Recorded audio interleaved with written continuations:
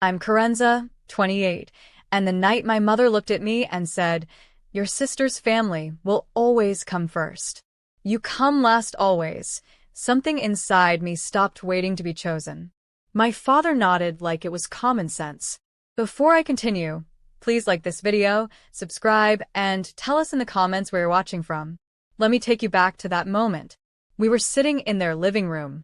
The same living room where I'd spent years trying to earn a place at the table. My sister Vanessa had just announced she was pregnant with her third child, and everyone was celebrating. Champagne. Laughter. My mother was already planning the nursery colors. And then she turned to me, casual as ever, and said those words that would change everything. "Karenza, you need to understand something. Your sister's family will always come first. You come last always. That's just how it is." I looked at my father, waiting, hoping he'd say something. Anything. He met my eyes for exactly 2 seconds before nodding slowly, like she'd just stated a mathematical fact. Like she'd said water is wet or the sky is blue. And you know what I did? I smiled. I nodded back. I said, "Good to know." Because in that moment, something crystallized inside me. Something that had been forming for 28 years finally hardened into absolute clarity. I wasn't hurt anymore. I wasn't confused. I wasn't waiting for them to see me. I was free. Free from the weight of expectation. Free from the exhausting hope that maybe this time, they'd choose me too. That night, I drove home in complete silence.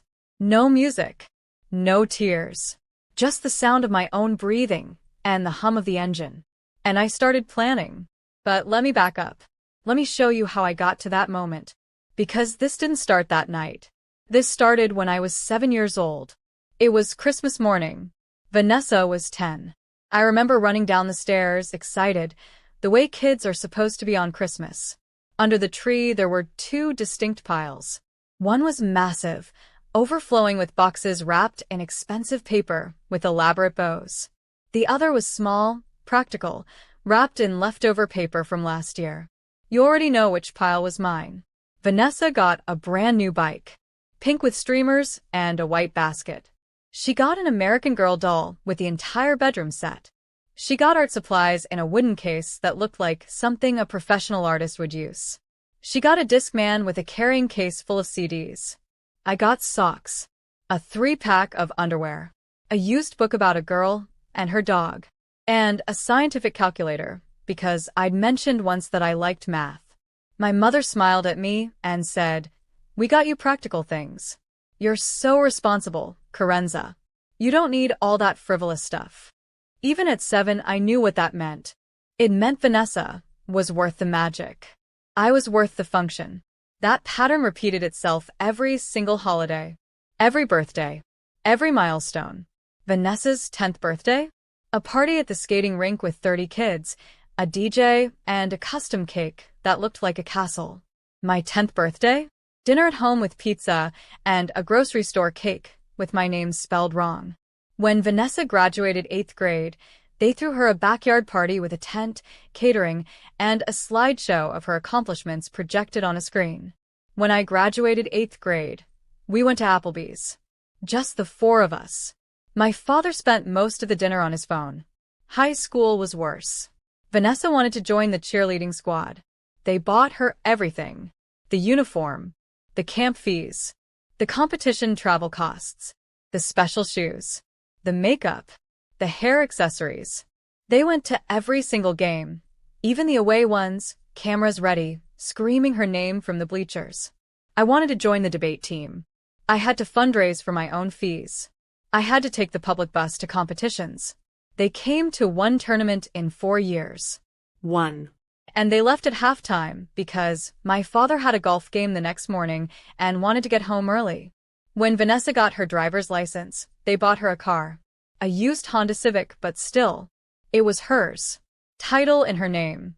Insurance paid for a full year. When I got my driver's license, my mother handed me the keys to her old minivan and said, "You can borrow this when I don't need it. But you have to pay for your own gas." I worked at a movie theater on weekends and evenings just to afford to drive to school. College was the turning point for me. Vanessa went to a state school 3 hours away. They paid her tuition. They paid her housing. They sent her money every month for groceries and spending cash. They drove up once a month to take her out to dinner and bring her care packages. I had to fight for every dollar. I applied for every scholarship I could find. I took out loans. I worked 2 jobs while taking a full course load. I studied business and finance because I knew I needed to build something they couldn't take away from me. And you know how many times they visited me at school? 0. Not once. They called me twice a semester to ask if I was still doing okay. That was it. Meanwhile, every conversation at family dinners revolved around Vanessa. Her classes, her friends, her boyfriend, her drama, her dreams. I could sit there for 2 hours and no one would ask me a single question about my life. Real quick, if you're still listening right now, please subscribe. It helps this channel more than you know. After college, Vanessa moved back home for a year while she figured things out. Rent-free. My parents supported her while she worked part-time at a boutique and went out with friends every weekend. I moved into a tiny apartment with 2 roommates and worked 60-hour weeks to pay off my loans and build my savings. When Vanessa met Marcus, her future husband, my parents loved him immediately. They invited him to every family event. They paid for their engagement party. They paid for most of their wedding. A beautiful ceremony with 200 guests, an open bar, a live band, and a honeymoon to Hawaii. I brought a boyfriend home once. And my father barely looked up from the TV. My mother asked him 3 questions and spent the rest of the evening talking about Vanessa's upcoming bridal shower. We broke up 2 months later. Not because of them, but I'd be lying if I said their indifference didn't sting. By the time Vanessa and Marcus bought their house, I was doing well. I'd gotten promoted 3 times. I was managing a team. I'd paid off half my loans. I was investing, saving, building. But nobody asked about it. Because I didn't need help. I didn't come to them with problems. So, I didn't exist in the same way Vanessa did. Vanessa and Marcus bought a house they couldn't afford. A 4-bedroom, 3-bathroom house in a neighborhood that screamed, "We're doing better than we actually are." My parents co-signed the mortgage. When Vanessa got pregnant with her first child, my mother threw her 3 baby showers. 3. And spent thousands on the nursery furniture. When Vanessa had her second child, my parents paid for a nanny 2 days a week so she could have time for herself. I watched all of this happen. I smiled at the right moments. I sent gifts. I showed up when summoned. But inside, I was building a wall. Brick by brick. Smile by smile. Every ignored achievement. Every forgotten birthday. Every time they canceled plans with me to help Vanessa with something trivial. Every single moment added another brick. And then came that night. That dinner. That sentence. Your sister's family will always come first. You come last always. If you're enjoying this story, hit that subscribe button now. But if you don't want to subscribe, tell us why in the comments. I'm genuinely curious. After that night, I stopped calling. I didn't announce it. I didn't make a scene. I just stopped picking up the phone as often. Stopped initiating plans. Stopped offering help before being asked. I pulled back every piece of myself I'd been freely giving for 28 years. I started pouring all that energy into myself. I got serious about my investments. I hired a financial advisor. I started a side business doing consulting work. I went to therapy and started unpacking years of feeling invisible. I traveled. I bought myself things I wanted, not just things I needed. I adopted a dog. I started dating someone who actually saw me. My life got fuller, richer, quieter in the best way. And my family didn't even notice I was gone. For 6 months, I lived my life. I posted on social media occasionally, but I stopped tagging them. I stopped going to every family dinner. I was polite when they called, but brief. I had plans. I was busy. I had a life. And then the call came. It was my mother. Her voice was tight. Stressed. Karenza, we need you to come over tomorrow night. It's important. Family meeting. Not, are you available? Not, can we talk? Just, we need you. I should have known right then. but I went. Because part of me, the part that hadn't fully healed yet, still wanted to believe maybe this time it would be different. Maybe this time they actually needed me, not just my function. I walked into that same living room the next evening, and the energy was immediately wrong. My mother's face was drawn. My father looked older than I remembered. Vanessa was crying. Marcus looked like he wanted to punch a wall. I sat down, and my mother slid a stack of papers across the coffee table toward me. Bills. Overdue notices. Legal documents. Vanessa and Marcus are in trouble, my mother said. We all need to help. I picked up the first paper. Mortgage. 3 months overdue. I picked up the second. Credit card. $17,000. Third paper. Car loan defaulted. Fourth. Medical bills from the hospital when their youngest had an emergency 2 months ago. Fifth. A letter from a law office about a pending lawsuit from a contractor Marcus apparently never paid for home renovations. I looked up. For pairs of eyes staring at me. Waiting. How much? I asked, my voice calm. 63,000. Marcus said quietly. We need 63,000 to get clear. Maybe more depending on legal fees. $63,000. If you're feeling this story so far, please hit the like button. It keeps this channel alive. My mother leaned forward. Carenza, we know you've been doing well. We know you don't have a family to support. We need you to help your sister. This is what family does. There it was. The assignment. The expectation. The assumption that my life, my money, my stability was always meant to be a safety net for them. My father cleared his throat. You've always been the responsible one. We're counting on you. Responsible. That word again. The word they'd used my entire life to justify giving me less while expecting more. I looked at Vanessa. Her eyes were red. She wouldn't look directly at me. Marcus was staring at the floor. What happened? I asked. Bad investments, Marcus said. Business deal that fell through. Some bad luck. Bad luck. I repeated. Or bad choices? His jaw tightened. We hit a rough patch. It happens. And the 3 months of missed mortgage payments? That just happened too. Vanessa finally spoke, her voice small. We thought we'd catch up. We thought Marcus's new job would come through sooner. What new job? Silence. There is no new job, is there? More silence. I sat back. I looked at my parents. My mother's face was already hardening, preparing to guilt me. My father looked away. I need 24 hours, I said. 24 hours? My mother's voice shot up. Carenza, they could lose the house. We don't have 24 hours. I stood up. You've had months to figure this out. I need 24 hours. I'll come back tomorrow night with my answer. I left before anyone could argue. I drove home in that same silence I'd driven home in 6 months ago. But this time, I wasn't planning my escape. I was planning my terms. I didn't sleep that night. I spent hours with spreadsheets, documents, and my financial advisor on the phone. I built a structure, a framework, a contract, because I knew something they didn't know yet. I could help them, but I would never again let them use me. The next evening, I walked back into that living room with a folder and my laptop. They looked relieved. They thought I was coming to save them the way I'd always saved situations quietly in the background. The way I'd helped pay for things without being asked. The way I'd been the invisible support system for years. I sat down and opened my laptop. I can help you, I said. Vanessa exhaled. My mother's shoulders dropped. Marcus nodded. But we're doing this my way. My mother frowned. What does that mean? I pulled out the first document.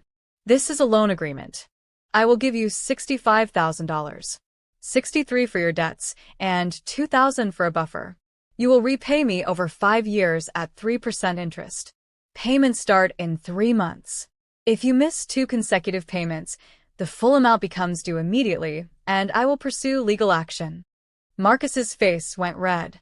You're charging us interest? 3% is significantly lower than any bank would charge you, I said calmly. Especially given your credit situation right now. But we're family, Vanessa said, her voice breaking. Exactly, I said, looking directly at her. We're family, which is why I'm helping at all. But I've learned something over the past few months. Helping without boundaries isn't helping. It's enabling. My mother's voice went cold. Enabling? You think we're enabling your sister? Yes, I said simply. And I'm not going to participate anymore. I pulled out the second document. This is a budget plan. Marcus, you're going to get financial counseling. I've already found a program. It's covered by your insurance. Vanessa, you're going to get a part-time job. Something flexible around the kids, but something that brings an income. I'm a stay-at-home mom, Vanessa protested. And you can still be a stay-at-home mom. But you have 3 children, $63,000 in debt, and a household that needs 2 incomes right now. That's reality. I pulled out the third document. This is a family therapy agreement. All of us. Together. Once a month for 6 months. Non-negotiable. My father spoke for the first time. We don't need therapy. I looked at him. Really looked at him. Dad, Mom told me 6 months ago that I come last always. You nodded. You agreed. We absolutely need therapy. The room went silent. My mother's face flushed. I didn't mean it like that. How did you mean it then? She stammered. I just meant that Vanessa has kids, she has more responsibilities, she needs more support. And I don't exist outside of being support, I finished for her. I've been hearing that my whole life, just in different words. Vanessa was crying now. Carenza, I didn't know you felt this way. You didn't ask, I said quietly. None of you ever asked. I pulled out the last document. This is a boundaries agreement. If I help you, I need you to respect my time, my life, and my choices. That means no more last-minute demands. No more assumptions that I'm available whenever you need something. No more dismissing my life, because I don't have children. No more comparisons. No more rankings. My mother looked like I'd slapped her. You're really going to charge your own sister interest and make us sign contracts? Yes, I said. Because without structure, nothing will change. You'll be back in this position in 2 years. And I won't be. Marcus stood up. This is ridiculous. We're family. You help family. I stayed seated. I am helping family. I'm helping by teaching you how to help yourselves. I'm helping by setting an example of what healthy support looks like. And I'm helping by refusing to disappear into your crisis while my own life gets ignored. My father leaned forward. What life, Carenza? You don't have kids. You don't have a husband. What are you protecting? And there it was. The thing they'd all been thinking but never saying out loud. I smiled. It wasn't a happy smile. It was the smile of someone who'd finally stopped needing their approval. I have a life you know nothing about, I said quietly. Because you never asked. I got promoted to senior director 8 months ago. I'm making 3 times what I made when I graduated. I bought a condo last year. Paid 20% down. I have a retirement fund that's on track for early retirement. I have a partner who respects me. I have friends who see me. I have hobbies I love. I have peace. I looked at each of them.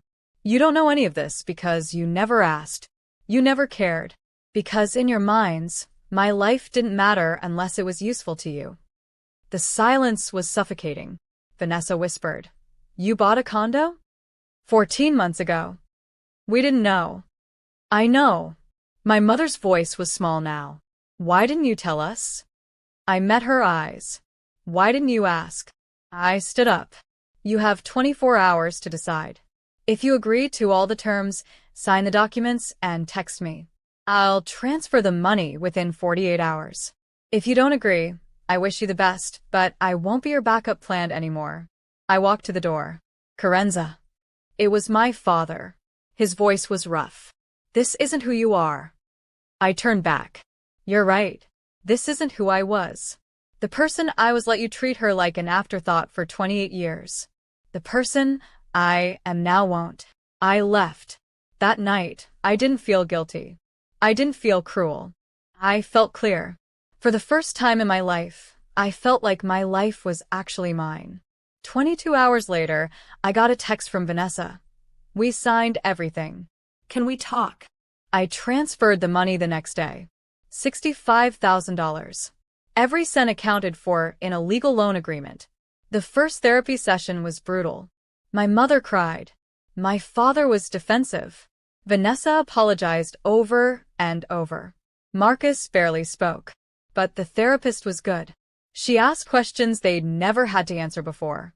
When was the last time you asked Carenza about her life without needing something from her? Silence. Can you name 3 things Carenza accomplished in the last 2 years? They couldn't. By the 3rd session, my mother finally said it out loud. I always saw you as the strong one. The one who didn't need me.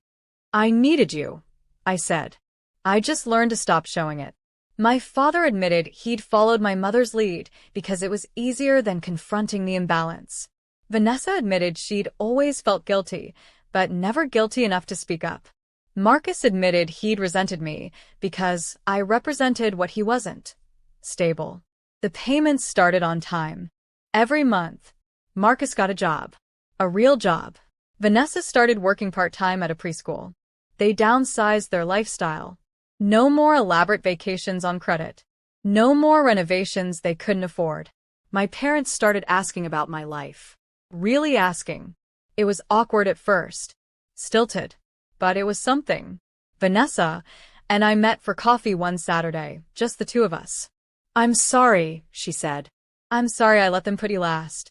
I'm sorry I took what they gave me without questioning why you weren't getting the same. I'm sorry I disappeared without telling you why, I said. But I had to choose myself. Nobody else was going to.